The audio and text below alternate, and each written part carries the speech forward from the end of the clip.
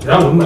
பார்க்குற எல்லாருக்கும் தெரியும், ரசிக்கிறாங்க. இந்த திராவிடர் கூட்டமும் சீமானின் கேள்விக்கு பதில் சொல்ல முடியாத கோழைகள் வந்து இதை பார்த்து ரசிக்கிறாங்க. எங்க தரப்பையும் விசாரிச்சு தான் அவ்வளோ வெளிப்படையாக பண்ண மாட்டாங்க.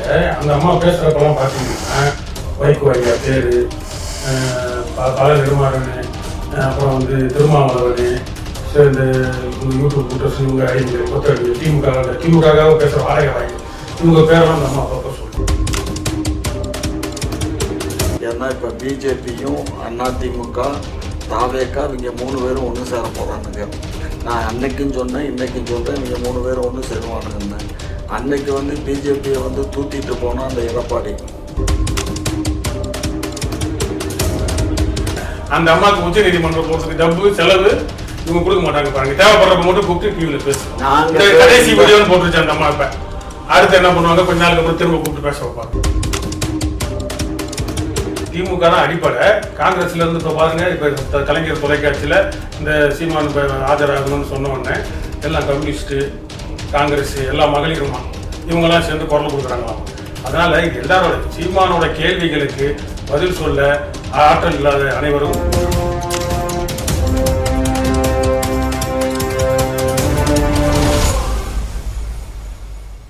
குக்கு செய்தி நேயர்களுக்கு அனைவருக்கும் வணக்கம். இன்னைக்கு நம்மளோட சிறப்பு நேர்காணல் யார் கலந்துருக்காங்க பாத்தீங்கன்னா, திமுகவின் முன்னோடி முனைவர் காமாட்சி நாயுடு ஐயா அவர்களும், நாம் தமிழர் கட்சியின் நிர்வாகி ஐயா வெற்றி தமிழன் அவர்களும் கலந்துருக்காங்க. வாங்க பேசுவோம். வணக்கம் ஐயா. வணக்கம். ஐயா, இன்னைக்கு நாம் தமிழர் கட்சி ஒருங்கிணைப்பாளர் சீமான் மீதான பாலியல் குற்றத்தை உச்ச நீதிமன்றம் வந்து இடைக்கால தடை விதிச்சிருக்கு. அதை நீங்க எப்படி பாக்குறீங்க? இல்லை, இங்கே வந்து உள்ளூர் அரசாங்கத்தை வச்சுக்கிட்டு இவங்க ஏமாத்திட்டு இருந்தாங்க. அந்த அம்மா வந்து புகார் கொடுத்து அங்கே தொடக்கத்தில் எல்லாம் பண்ணாங்க. 2011 முதல் கட்டமாக கொடுத்தாங்க. நாம் தமிழர் வளர்ந்த புதுசில், கட்சி ஆரம்பித்த புதுசில் அப்போவே தெரிஞ்சிச்சு அவங்க வந்து பல பேரோட அவங்களோட தனிப்பட்ட வாழ்க்கையில் தொடர்பில் இருந்தாலும் இது வந்து எப்படின்னா ஒரு அரசியல் நோக்கத்திற்காக இந்த சன் டிவி, கருணாநிதி குடும்பம் இவங்களோட உண்டுதல்னால இவங்க கொடுக்குறாங்கிறது தெரியுது. ஏன்னா அவங்க முன்னுக்கு பின்னு முரணா ஒரு மனநலம் பாதிக்கப்பட்டவர்கள் போல செய்தியை மாற்றி ஒரு நாள் மாமா அண்ணுவாங்க, ஒரு நாள் போட அண்ணுவாங்க, ஒரு நாள் எனக்கு எல்லாமே இவர் தான்வாங்க, இன்னொரு நாள் சனி எண்ணுவாங்க. இந்த மாதிரி பேசுறதை வச்சு அவங்கள பயன்படுத்திக்கிறாங்க இவங்க. அப்போ இது மேலே இன்னும் உச்ச நீதிமன்றம் இல்லை, மேலும் மேலும் போகிறப்ப ஆதாரங்கள் திரட்டி இதை நீதிமன்றத்தில் சமர்ப்பிக்கிறப்ப அவங்க மனநோயாளின்றது ஒரு தீர்ப்பாக ஆகலாம். இது வந்து வழக்கு வந்து ஒரு இல்லாமல் போகலாம். இதுதான் உண்மை. பார்க்குற எல்லாருக்கும் தெரியும், ரசிக்கிறாங்க. இந்த திராவிடர் கூட்டமும் சீமானின் கேள்விக்கு பதில் சொல்ல முடியாத கோழைகள் வந்து இதை பார்த்து ரசிக்கிறாங்க. அதனால அது வந்து வெட்டு வேட்டா போயிடும். ஐயா, நீங்க என்ன அதை பார்த்து ரசிக்கிறீங்களா இல்ல என்ன பண்றீங்க நீங்க? ஆமா, அதாவது காவல்துறையில புகார் கொடுத்துச்சு, அது அப்படியே தான் இருந்துச்சு. அந்த அம்மா 2003 வந்து நான் வாபஸ் வாங்குறேன்னு எழுதி கொடுத்துச்சு. இவங்க என்ன பண்ணாங்க, நாங்கள் உனக்கு செட்டில்மெண்ட் பண்ணுறோம், அதனால் நீ வாபஸ் வாங்குன்னு சொல்லி ஃபோர்ஸ் பண்ணி வாங்கினாங்க. அப்போ சாட்டை துறைமுருகன் ஏதோ டிக்கெட்லாம் அவர் தான் எடுத்து அந்த பொண்ணை வழி அனுப்பிச்சாங்க. நீ போமா, நாங்கள் பணம் போட்டு விட்றோம்னாங்க. அது போட்டு விடவே இல்லை. அதுக்கு முன்னாடி மாதம் 50,000 ரூபா தரேன்னு சொல்லி 1 மாதமோ 2 மாதமோ மதுரையில் இருக்க அந்த செல்வங்கிற பையன் போட்டு விட்டுருக்காரு. ஸோ அதுக்கப்புறம் இதை போடலைங்கிறதுனால அந்த பிள்ளை தொடர்ந்து அப்புறம் பேசிகிட்டே தான் இருந்தது. திரும்ப இவர் என்ன பண்ணார், இந்த வழக்கை வந்து தள்ளுபடி பண்ணணும் அப்படின்னு சொல்லி சென்னை உயர்நீதிமன்றத்தில் ஒரு வழக்கு தொடுத்தார். அந்த வழக்கு பேரில் நீதிமன்றம் என்ன பண்ணுச்சு, நீதிபதி அந்த வழக்குடைய கம்ப்ளைண்ட்டை படித்து பார்த்தாரு. படித்து பார்த்துட்டு இவர் வந்து நானும் அவரும் வந்து மதுரையில் மீனாட்சி அம்மன் கோயிலில் மாலை மாற்றிட்டு கணவன் மனைவியாக தான் வாழ்ந்தோம். கிட்டத்தட்ட ஒரு 7 முறை வந்து கற்கலைப்பு பண்ணியிருக்கேன். இப்போ நான் வந்து என்னுடைய உடல் சரியில்லாத என் சகோதரியோட நான் ரொம்ப கஷ்டத்துல. சீமான் அவர்கள் சொல்லியிருக்காங்க, 6 மாத காலம் தான் நாங்கள் ஒன்றா இருந்தோம், அதுக்குள்ள 7 முறை எப்படி கற்கலைப்பு பண்ண முடியும்? நான் என்ன அவ்வளோ பெரிய வரம் பெற்று வந்த நான் சீமான் கேள்வி எழுப்பியிருக்காங்க. நான் சொல்கிறேன்ப்பா, அப்புறம் கேளுப்பா. அதுக்கப்புறம் என்னாச்சுன்னா நீ அந்த பொண்ணு வந்து இந்த மாதிரி கம்ப்ளைண்ட் கொடுத்துருக்கா, அதில் வந்து பிரேமா பேசிடுச்சு, அதாவது உண்மைத்தன்மை இருக்கிற மாதிரி தெரியுது, அதனால் இதை தள்ளுபடி பண்ண முடியாது, இதை உடனே 12 வாரங்களில் விசாரித்து நீதிமன்றத்தில் அறிக்கை சமர்ப்பிக்கணும்னு காவல்துறைக்கு தக்கீது அனுப்பிச்சாங்க. அதனுடைய அடிப்படையில் தான் நீதிமன்றத்தினுடைய அடிப்படையில் இவர் போட்ட வழக்கின் அடிப்படையில் தான் காவல்துறை வந்து இவருக்கு நோட்டீஸ் சம்மன் அனுப்பிச்சாங்க. 2வது அவர் வீட்டில் போய் ஒட்டினாங்க. அதுக்கப்புறம் அவர் நேரடியாக போய் ஆஜரானார். ஆஜராகி அவர் ஒரு ஸ்டேட்மெண்ட்டு கொடுத்தாரு. ஸ்டேட்மெண்ட் கொடுத்துட்டு வெளியில் வந்து இது இந்த பொண்ணு வந்து ஒரு பாலியல் குற்றவாளி, நான் என்ன அந்த பொண்ணை தூக்கிட்டு போய் சோளக்காட்டில் வச்சு கற்பழிச்சேன்னா என்னை வந்து இந்த மாதிரிலாம் பேசுது, என் பையன் விவரம் ஆகிட்டான், என் மனைவி இருக்கா, என் கூட கட்சியில் இருக்க பெண்கள்லாம் என்னை பற்றி என்ன நினைப்பாங்க அப்படி இப்படின்னு சொல்லி அவர் தரப்பு நியாயத்தை அவர் பேசினார். ஸோ இப்போ நீங்கள் சொன்னீங்க பாருங்கள், நான் கூட 6 மாதம் தான் இருந்தேன். 6 மாதம் இருக்கல, அவர் நீண்ட காலமாக அவர் அந்த அம்மா கூட தான் வாழ்ந்திருக்காரு. அதுக்குரிய சான்றுகள்லாம் அந்த அம்மா நீதிமன்றத்தில் கொடுத்துருக்கு. எவ்வளோ நாள் அந்த அவர் கூட தொடர்பில் இருந்தேன் வச்சேன் அப்படிங்கிறதெல்லாம் கொடுத்துருக்கு. ஸோ அதனால் இது வந்து எப்படின்னா, இது ஒரு பொம்பளை மேட்ரு, இதை வந்து வளர்த்துக்கிட்டு போக வேண்டாம். இப்போ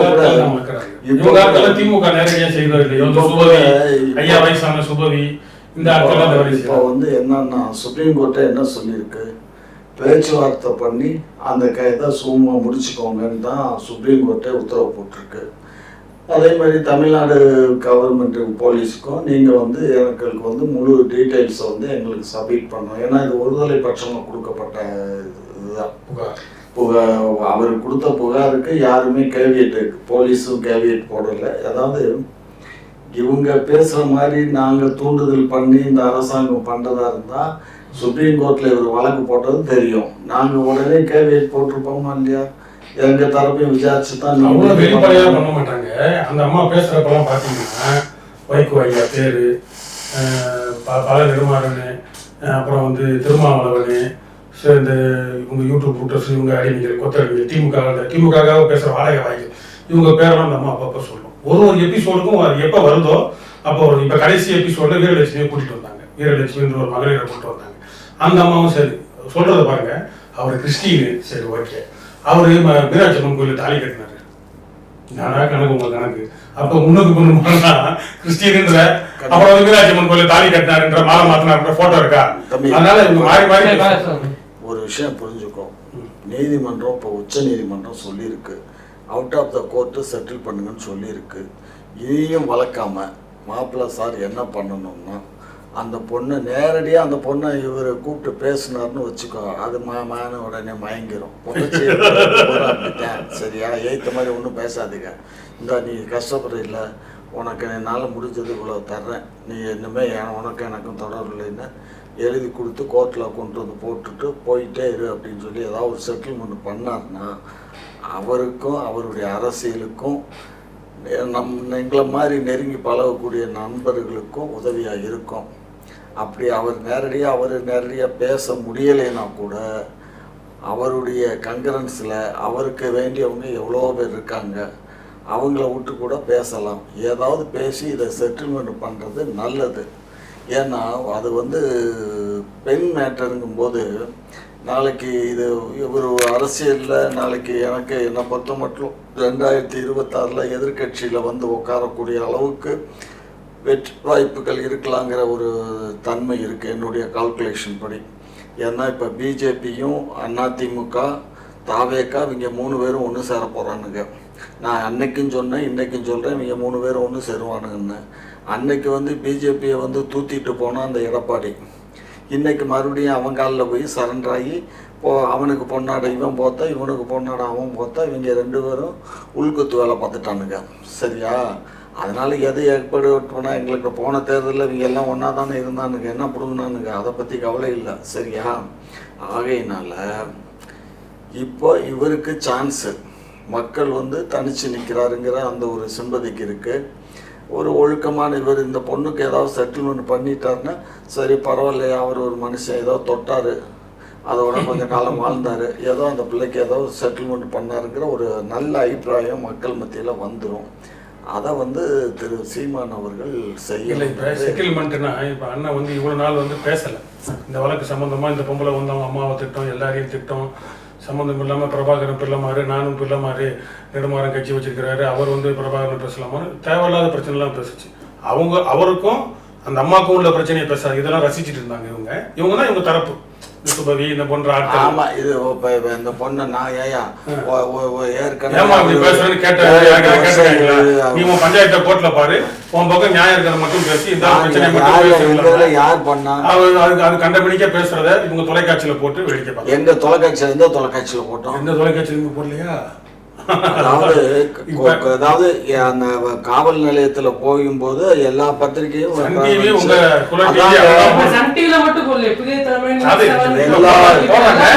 தொடக்கத்துல இருந்து ப்ரமோட் பண்ணது முதல்ல அவங்க 2011 போய் புகார் கொடுக்க போன போல முதல்ல மைக்கு நீட்டினது தூண்டி விட்டதெல்லாம் அவங்கதான். ஏங்க முத 2011 யார் ஆட்சி நடந்துச்சு? செட்டில்மெண்டே கொடுத்து செட்டில்மெண்ட் இல்லை. இப்ப கூட அண்ணன் சொன்னாரு காசு கொடுத்தீங்களாமேன்னு கேட்கறப்ப ஆமா இறக்கப்பட்டு கேட்கறப்ப கொஞ்சம் நாள் கொடுத்துருக்குறோம் அப்படின்னு சொன்னாங்க. அதை கணக்கு வைக்கலாம். இப்ப புதுசா நீங்க செட்டில்மெண்ட்னு ஏதோ உச்ச நீதிமன்ற பேச்சை கேட்டு கொடுத்தாலும் பேசினாலும் மனநலம் பாதிக்கப்பட்ட ஆளை திரும்ப இந்த மாதிரி ஆட்கள் இவங்க பண்ண திமுக நிறைய உச்ச நீதிமன்றத்துல 2 பேரும் கையொப்பம் போட்டு அங்க கோர்ட்ல வந்து நாங்க காம்ப்ரமைஸ் ஆயிட்டோம், இனிமே நான் ஒரு சைடு அவரை பத்தி நான் பேச மாட்டேன்னு சொல்லி இந்த பொண்ணு எழுதி அங்க கொடுத்து அபிடவிட் தாக்கல் பண்ணியாச்சுன்னா அதுக்கப்புறம் இந்த பிள்ளை பேசினான்னா நம்ம உடனே தூக்கி உள்ள போட்டுருவோம்ல. அதெல்லாம் அப்படியெல்லாம் பேச இயலாது, புரிஞ்சுக்கோங்க. ஒரு இவ்வளவு நாள் கூப்பிட்டு பேசுறதுக்கு பயன்படுத்துறாங்க. அந்த அம்மாவுக்கு உச்ச நீதிமன்றம் போறதுக்கு டப்பு செலவு இவங்க கொடுக்க மாட்டாங்க பாருங்க. தேவைப்படுறப்ப மட்டும் கூப்பிட்டு டிவில பேசு. கடைசி வீடியோன்னு போட்டுருச்சு அந்த அம்மா. இப்ப அடுத்து என்ன பண்ணுவாங்க, கொஞ்ச நாளுக்கு அப்புறம் திரும்ப கூப்பிட்டு பேச வைப்பாங்க. அது ஒதுங்கிரும், திரும்ப கூப்பிடுவாங்க. நாங்க அதை கூப்பிட்டு நாங்க பேச வைக்கிறோம். ஏன் உங்களுக்கு வேற வேலையே இல்லையா? உங்களுக்கும் உங்க தலைவருக்கேன் கேவலம். இது பொம்பளை விஷயம் பெரிய கேவலம். ஐயா பொம்பளைகிட்ட ஒதுங்குனது தெரியக்கூடாது. அதை விட்டு இப்படி கேவலப்பட்டு கிடக்கிறது. சீமான் வந்து இந்த வழக்கு வந்து காங்கிரஸ் தான் தூண்டி விட்டுச்சுன்னாரு. அதுக்கப்புறமா பாரதிய ஜனதாவை சொல்லிச்சு. அதுக்கப்புறமா அதிமுக சொன்னாங்க. இப்ப வந்து திமுக சொல்றாங்க. காலத்துக்கு ஏத்த மாதிரி சீமான் அவர்கள் மாத்தி பேசிட்டு இருக்காரு. இப்ப மாத்தி எல்லாம் பேசல. திமுக தான் அடிப்படை. காங்கிரஸ்ல இருந்து இப்ப பாருங்க, இப்ப கலைஞர் தொலைக்காட்சியில இந்த சீமான் ஆஜராகணும்னு சொன்ன உடனே எல்லாம் கம்யூனிஸ்ட் காங்கிரஸ் எல்லா மகளிருமா இவங்கெல்லாம் சேர்ந்து குரல் கொடுக்குறாங்களாமா. அதனால இது எல்லாரோட சீமானோட கேள்விகளுக்கு பதில் சொல்ல ஆற்றல் இல்லாத அனைவரும் ஒண்ணு. அதுல இது பொது வழியில வந்து நான் கூட ஏதோ ஒரு 6 மாசம் தான் தொடர்புல இருந்தேன் அப்படி இப்படின்னு போய் அவரே பேசிட்டு நான் என்ன அவளை குண்டு கட்டா தூக்கி போய் நான் சோளக்காட்டுல வச்சு கற்பழிச்சேன்னா ஒரு சும்மா இருங்க. ஒரு தலைவர் கொடுத்தாரு. ஏன்டா காலகாலமா இதே சொல்லிட்டு இருக்கீங்க நானா கற்பழிச்சேனா அப்படின்னு இது மாதிரி எப்ப சொன்னாரு? பொம்பளை மீடியால ஊடகத்துல யூடியூப்ல வீடியோ பேசி போடுது. அந்த மவனே இந்த மவனேன்னு போடுது. அப்பெல்லாம் ஏமா ஒரு பொம்பளையா நீங்க ஒரு விஷயம் புரிஞ்சுக்கோங்க. இது எங்களுக்கு தேவையில்லாத கேள்வி. பேசுறத கேட்காத ஆட்களே இவரு பேசுறதையும் கேட்கக்கூடாது. அவங்களுக்குள்ள பஞ்சாயத்து விட்டுருவோம். நாங்க இங்க பாருங்க, நாங்க அந்த பொம்பளையும் கேட்க வேண்டாம், உங்க தலைவரையும் கேட்க வேண்டாம். எங்களுக்கு எங்க வேலையை எல்லா சேனலும் நியூஸ்ங்க. அது எல்லா சேனல் போடுற நியூஸ் நாங்களும் அந்த நியூஸை போடுறோம். அப்படி தவறான நியூஸை போட்டா நீங்க நீதிமன்றத்துல போய் இந்த மாதிரி எங்க சேனல் மீது வழக்கு தொடுங்க. யாரு உங்களை வேண்டாம்னா உள்ள தானே நாங்க போடுறோம். அந்த பொண்ணு பேசுறா அதை போடுறோம், இவரு பேசுறாரு போடுறோம், இவரு நேற்று பிரஸ் கொடுத்ததையும் போட்டிருக்கோம். அதே மாதிரி அந்த பொண்ணு அன்னைக்கு இதுல வந்து கமிஷனர் ஆபீஸ்ல கம்ப்ளைண்ட் கொடுத்தா அவளு வந்து வீரலட்சுமி செட்டில்மெண்ட் பண்ணிட்டீங்களா? செட்டில்மெண்ட் பண்ணா அதுக்கு இது கூட இருந்து நாய் பங்களால போய் இந்த அம்மா ஒளிச்சு வச்சு அது ஒரு டிராமா நடந்துச்சுல, அதுவும் ஊடகத்துல எல்லாம் வந்துச்சு. ஏங்க வீரலட்சுமி புருஷனோட ஒத்தைக்கு ஒத்த வரையான்னு கேட்டது யாரு? இடத்த குறி நான் வரேன்னு சொன்னது யாரு? கடைசியில வீரலட்சுமி புருஷனு நான் இந்த இடத்துல இருக்கேன் வா மோதி பார்க்கலாம் அப்படின்னு வந்தாலும் கூப்பிட்டாருல. இதெல்லாம் அசிங்கமா அந்த பொம்பளை யாரு உள்ள வந்து வா பாக்ஸிங் வா சண்டைக்கு வர போகுது. இப்ப விஜயலட்சுமி வர சொல்லி வீரலட்சுமி கூட வர சொல்லுங்களேன். உங்க முக்தார் உங்க ஆள் இருக்கிறனால உங்க ஃப்ரெண்டு முக்தார் அவனையும் கூட்டிட்டு வாங்களே. யாரு? எனக்கு முத்தார ஃப்ரெண்டு. ஆமா அவங்க காமாட்சி போமாச்சின்னு உங்களுக்கு இன்னொரு பேர் வச்சிருவாங்க. அதனால அவரை கூட்டிட்டு வாங்க கூட. ஏங்க அவனை கண்டாலே எனக்கு, அதாவது முத்தாரை பொறுத்த மட்டும் அவன் வந்து ஒரு ஊடகவியாளர். அவருடைய ஊடகம் எப்படி எல்லாம் ட்ரோல் ஆகணுமோ அதுக்கு தகுந்த மாதிரி அவர் பண்றாரு. ஊடகவியாளர்னா அதை பண்ணுவாங்க. இப்ப எங்க எப்படி ஊடகத்துல சீமான் விஜயலட்சுமி எல்லாம் பேசுவாரு. இருங்க சார். சேகர் பாபு பொண்ணை பத்தி பேச மாட்டாரு. இங்க பாருங்க, பொண்ணு திருமணம் செஞ்சு காதலிச்ச பொண்ணு அவங்க அப்பா கொடுமைப்படுத்துறாருன்றத சேகர் பாபு உட்கார வச்சு கேட்கறது முக்தாரு. ஏன் நான் முத்தாரு கேட்டாரு, முத்தாரு கேட்கலங்கிறத பத்தி என்ன இருக்கு? நாங்க இங்க பாருங்க, இப்ப ஒண்ணும் இல்ல. இப்ப நாங்க இத எங்க ஊடகம் இந்த ஊடகத்துல நம்ம 2 பேரும் பேசுறோம். இந்த ஊடகத்து நிர்வாகிகளோ அல்லது இந்த ஊடகத்தவியாளர்களோ யாராவது சீமானை பத்தி தவறா பேசுறாங்களா சொல்லுங்க. இல்ல நானே சீமானை பத்தி ரொம்ப அவதூறு கருத்துக்களை ஏதாவது பரப்புரை பண்றேன். நீங்க ஐயா கொஞ்சம் நல்லவர்னா இல்ல, இந்த சுபவி அந்த திராவிடம் திமுக ஒட்டுணிகள் இருக்குல்ல, அதுக்குதான் ரொம்ப துள்ளிக்கிட்டு அதுக்கு நம்ம முதலாளிக்கு ரொம்ப விசுவாசமா இருக்கிறோம் அப்படின்னு காட்டுறதுக்கான வேலை தான் இது. சரி, இதெல்லாம் விட்டுடுப்பா. அடுத்த கேள்வி பாப்பா. பொம்பளை விஷயத்த வச்சு எவ்வளவு நேரம் தான் இதை பத்தி பேசுவேன்? எனக்கு ஏற்கனவே மாப்பிள்ளம் பேர்ல எனக்கு வருத்தம் ஜாஸ்தி. இந்த சனின்னு எல்லாம் கழட்டி விட்றாம. சரி போ, அடுத்தது போ. என் மக சொன்ன மாதிரி வேற மூஞ்சியே கிடைக்கலன்னு கதை தான். போ ஐயா. இன்னைக்கால கம்யூனிஸ்ட் கட்சி செயலாளர் சண்முகம் அவர் சொல்லியிருக்காரு, அனைத்து போராட்டங்களும் கம்யூனிஸ்டுக்காரர்கள் தான் முன்னாடி நின்று செஞ்சிருக்கோம், சீமான் வாயிலே வட சுடுறாரு அப்படின்னு சொல்லியிருக்காரு. நீங்க சொல்றீங்க எங்க செஞ்சிருக்காங்க?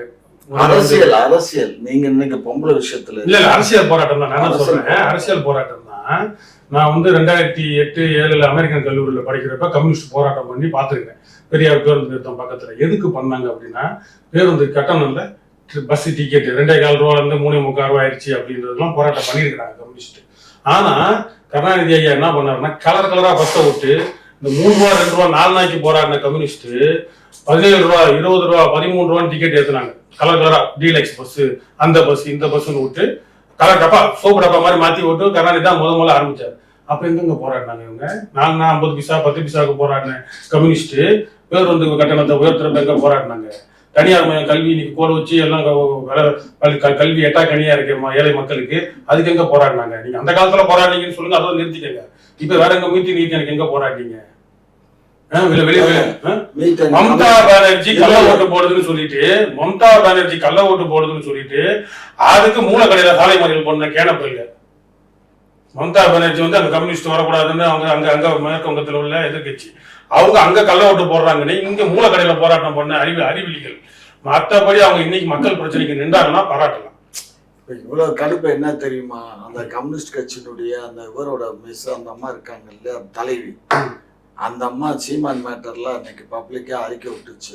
சரி, அந்த அம்மா பெண் உரிமை போராளி தானே? அந்த அம்மா 2011 நாடாளுமன்ற தேர்தலில் எங்க தொகுதியில் வடசென்னையில நின்றாங்க. அப்போ நாங்கள் ஒரு துண்டு புரோசனை அடித்தோம். ராஜபக்சேயோட எவன் ஒன்றா இருக்கிறான்னு ஃபோட்டோலாம் போட்டுட்டு, கம்யூனிஸ்டுக்காரன் நேராக பார்க்க மாட்டான், மாமா அவரை தனியாக பார்ப்பாங்க.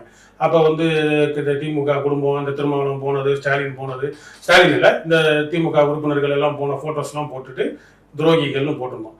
கம்யூனிஸ்ட் இவங்க வேட்பாளருக்கு இவங்களுக்கு ஒரு 5-6 கேள்வி கேட்டிருந்தோம். என்ன கேள்வி கேட்டிருந்தோம்னா, ஆண்கள் குரட்டை விடுவதற்கெல்லாம் விவாகரத்து வாங்க துடிக்கும் பெண் உரிமை போராளியே, அங்க சிங்களவன் கற்பழிச்சு இவ்வளவு பெரிய காணொலி வந்தோம், சிங்களவனோட சேர்ந்து வாழணும் அவன் கட்சி சொல்லிட்டே இருக்கு, என்ன பதில்னு கேட்டிருந்தோம். பதில் கொடுத்தாங்களா? கொடுக்கலையே. சும்மா எலைட்டா மேல உட்காந்துட்டு பாலிஷா அழகா பேசிக்கிட்டு பேசுறது கம்யூனிசம். களம் இறங்கி போராடுறது, பேசுறது, மக்களோட வலியும் வேதனையும் புரிஞ்சுக்கிட்டு பேசுறது தான் கம்யூனிசம். ஏங்க கம்யூனிஸ்டத்தோட உங்க கட்சியெல்லாம் ஈடு இணை இல்லைங்க. கம்யூனிஸ்டே கிடையாது, நாங்க கம்யூனிஸ்ட். உங்களோட ஒற்றுமையானவங்களை போய் கம்யூனிஸ்ட் சொல்லிட்டு இருக்கீங்க. 25 கோடி கட்டிங்க கொடுத்துட்டு வாங்கி தின்னுட்டு உட்கார்ந்து இருக்கிறாங்க, நாக்க தொங்க போட்டுட்டாங்க. அதனால அவங்க இப்ப கம்யூனிஸ்ட் ஏத்துக்க முடியாது. இந்த தேசத்துல தொழிலாளிகள் சுதந்திரமா அவங்களுக்குரிய தேவைகளை பூர்த்தி செய்கிறாங்கன்னா இந்த கம்யூனிஸ்ட் கட்சி தமிழகத்தில் இந்திய அளவில் இருக்கிறதுனால தான். கம்யூனிஸ்டுகள் இல்லைன்னா இன்றைக்கு இந்த 8 மணி நேரங்கிறது 12 மணி நேரம் ஆகியிருக்கும். 12 மணி நேரத்தை தான் குறைச்சி 8 மணி நேரமாக கொண்டு வந்ததே கம்யூனிஸ்ட் இயக்கங்கள் தான். கார்பரேட் கம்பெனிகளில் 12 மணி நேரம் மாற்றி அதை சட்டமன்றத்தை அறிவிச்ச பிறகு தூங்கி எந்திரிச்ச மாதிரி கம்யூனிஸ்ட் ஐயோ தெரியாமல் அறிவிச்சுட்டோம் நாங்கள் கண்டுக்கலன்னு சொன்னாங்க. அதனால இப்பெல்லாம் மலிங்கி போயிடுச்சு. அதெல்லாம் மலிங்கிருச்சு. அது இவங்க ஐயா இவங்க பாட்டனார் ராமசாமி நாயக்கர்ல இருந்து கம்யூனிஸ்டுக்கு எதிராக தான் எல்லாம் வேலை செஞ்சிருக்காங்க. மண்டியில கொட்டி கூட உட்கார வச்சு அவங்களை ஒண்ணு இல்லாம ஆக்கிட்டாங்க. 90 MP நாடாளுமன்ற உறுப்பினர் நீ நாடாளுமன்றத்தில் எத்தனை கம்யூனிஸ்ட் உறுப்பினர்? சும்மா கூட அன்னைக்கு இவங்க ஒட்டுக்கு தொட்டுக்கு ஊர்காவா இருக்கு திராவிடத்துக்கு கம்யூனிஸ்டம். மற்றபடி அவங்க இன்னைக்கு களத்துல ஒரு மண்ணும் இல்லை. அவங்க எல்லாத்தையும் இழந்துட்டாங்க. இப்ப கேரளால மட்டும் ஆளுங்கட்சியா இருக்கிறாங்களே வெளியே, வேற திரிபுரா, மேற்கு வங்கம் எல்லாத்தையும் இழந்துட்டு உட்காந்துருக்காங்க. கம்யூனிசம்னா ஒரு தேசத்தினுடைய முதுகெலும்பா திகழும். அது இன்னைக்கு இல்லைனாலும் என்னைக்காவது ஃபீனிக்ஸ் பரம கம்யூனிசம்ன்றது சிந்தனை. அந்த சிந்தனை வந்து சீமானுக்கு இருக்கு, எங்களுக்கு இருக்கு, பொது உடைமைவாதிகளா நினைக்கிறவங்க நல்லா இருக்கியா, நல்லா இருக்கீங்க, கம்யூனிஸ்ட் மாதிரியே இருங்க, யாரும் உங்களை வேண்டாம்னா அது வந்து கட்சின்ற பேர்ல இவங்க கிட்ட இல்லாம இல்ல, இவங்க வந்து வேலை போயிட்டாங்க. கம்யூனிஸ்ட் தான், நீங்க கம்யூனிஸ்ட் தான், நீங்க கம்யூனிஸ்ட் மாதிரி கழுத தெரிஞ்சு கட்டருமா போங்க. நல்லவங்க நிறைய கட்டருமா கம்யூனிஸ்ட் தானே போச்சு, நீங்க தானே சொல்றீங்க. போச்சு ஈவ ராமசாமியோட சேர்ந்து கர்நாடகையோட சேர்ந்தனாலதான் அது வந்து கழுதை தேய்ச்சி கட்டரும்பா போச்சு. போட்டோம். உண்மையான கம்யூனிஸ்ட் நாங்க தான்.